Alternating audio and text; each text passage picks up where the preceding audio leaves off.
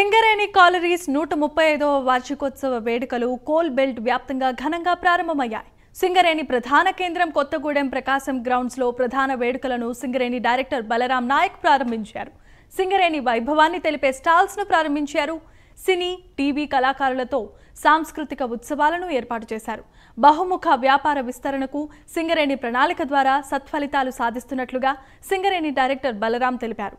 బొగ్గు ఉత్పత్తితో పాటు థర్మల్ విద్యుత్ కేంద్రాల విస్తరణ, సోలార్ విద్యుత్ ప్రాజెక్ట్, కన్సల్టెన్సీ రంగాల్లో సింగరేణి విస్తరించినట్లుగా వివరించారు. కొత్త బొగ్గు గనుల ప్రారంభానికి ఏర్పాట్లు చేస్తున్నట్లు బలరాం తెలిపారు.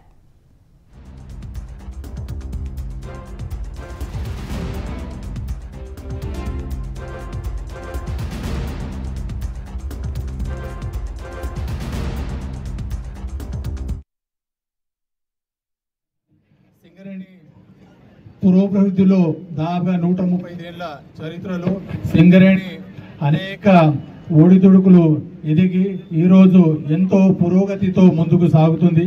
ఈ విషయం మీకు అందరికీ తెలిసిందే.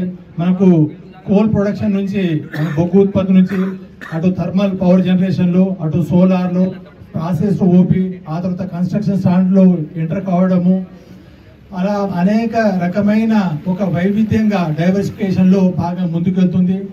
అండ్ కార్మికుల్లో మీరు కనుక టర్న్ ఓవర్ చూస్తే ఈరోజు ఒక 33,000 కోట్లకి, అలాగే థర్మల్ పవర్ జనరేషన్ 1200 మెగావాట్లు, మళ్ళీ ఇంకో 800 మెగావాట్కి మనకు సూపర్ క్రిటికల్ థర్మల్ పవర్కి ఇప్పటికే గవర్నమెంట్ మనకు అనుమతులు ఇచ్చింది. దాన్ని కూడా మనకు రాబోయే 3-4 నెలల్లో ప్రారంభించుకోబోతున్నాము, ఆ పనులు ప్రారంభించుకోబోతున్నాము. అలాగే సోలార్ ఇప్పటికే 224 మెగావాట్లని మనము ప్రారంభించుకున్నాము. తదుపరి 232 మెగావాట్లు ఇంకా మనకు టెండర్ ప్రాసెస్లో ఉంది. అండ్ మీడియా ప్రతినిధుల సహకారంతో, వారి సూచనలతో సింగరేణి సంస్థ